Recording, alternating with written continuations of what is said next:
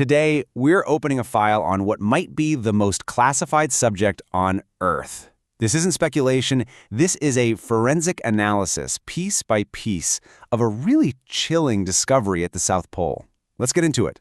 Right off the bat, you need to understand the premise here. We're not looking for something, no. It is revealing itself, and that changes everything.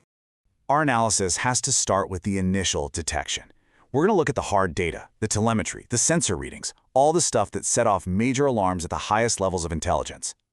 So this is where the file really begins, with declassified satellite photos. Now, they're grainy, they're technical, but they all point to one specific spot on the map, a place called Wilkes Land, and they show something under all that ice that, honestly, just defies any natural explanation.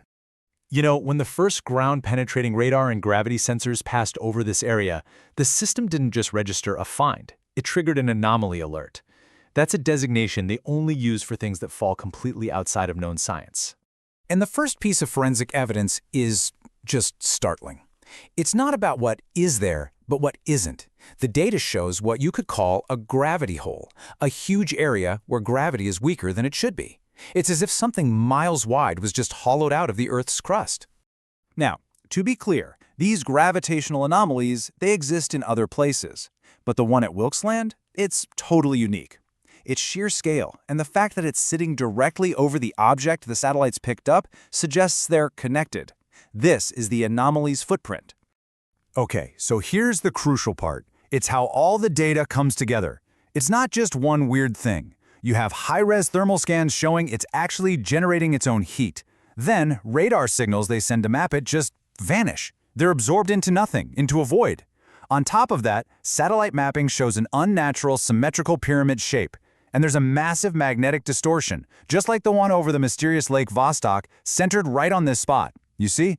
Each piece of data on its own is just an oddity, but together, they create a profile of something that is absolutely artificial. So now we have to shift from the technical data to the human reaction, because let's be honest, how governments and militaries respond to something, that tells you everything you need to know about how dangerous they think it is. And the response was immediate and severe. First, a NOTAM, a Notice to Air Missions, was issued. Boom, a massive no-fly zone. That airspace went completely dark.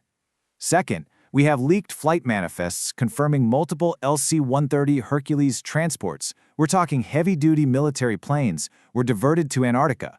And third, a clear pattern of information control. Pilots, scientists, anyone operating even close to the area reported these intense, bizarre debriefings. When you put it all together, these actions create the unmistakable signature of a major covert military op. Now, to really understand what's happening today, our analysis has to look at the past, because this kind of massive, sudden military interest in Antarctica, well, it has a really chilling precedent. 4,700. In 1946, right after World War II, the U.S. Navy sent 4,700 men to Antarctica. To this day, it's the largest military expedition to the continent in history. It was called Operation High Jump. The official story was all science. They told the public it was about training, mapping the continent, testing equipment in the cold. You can see the official timeline here. Looks like a standard, orderly expedition, right?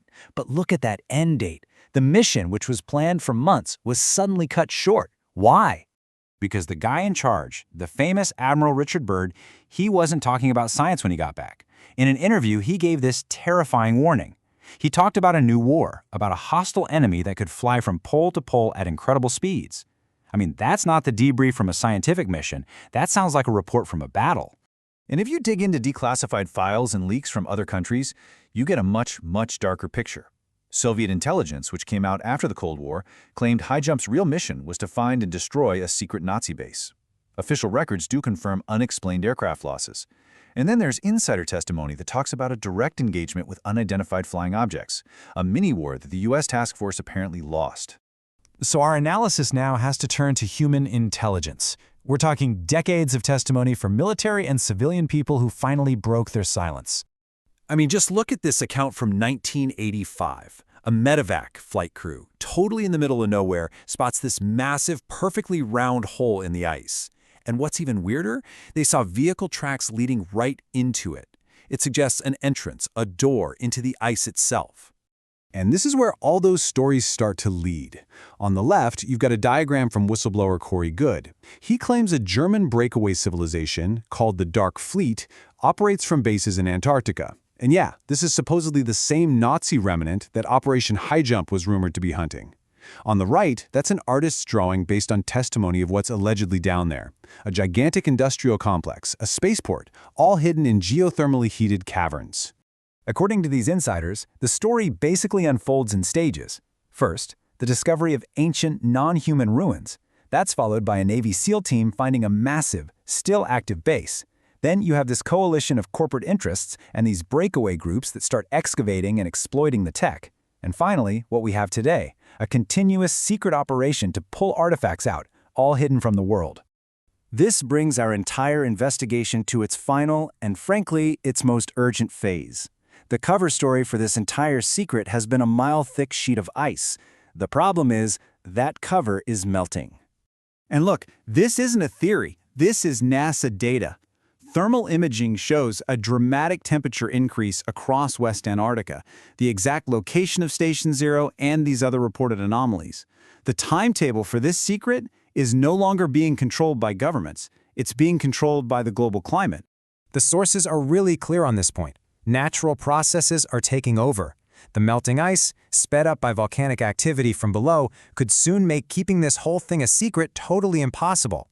We could be looking at a forced disclosure, driven by geology itself.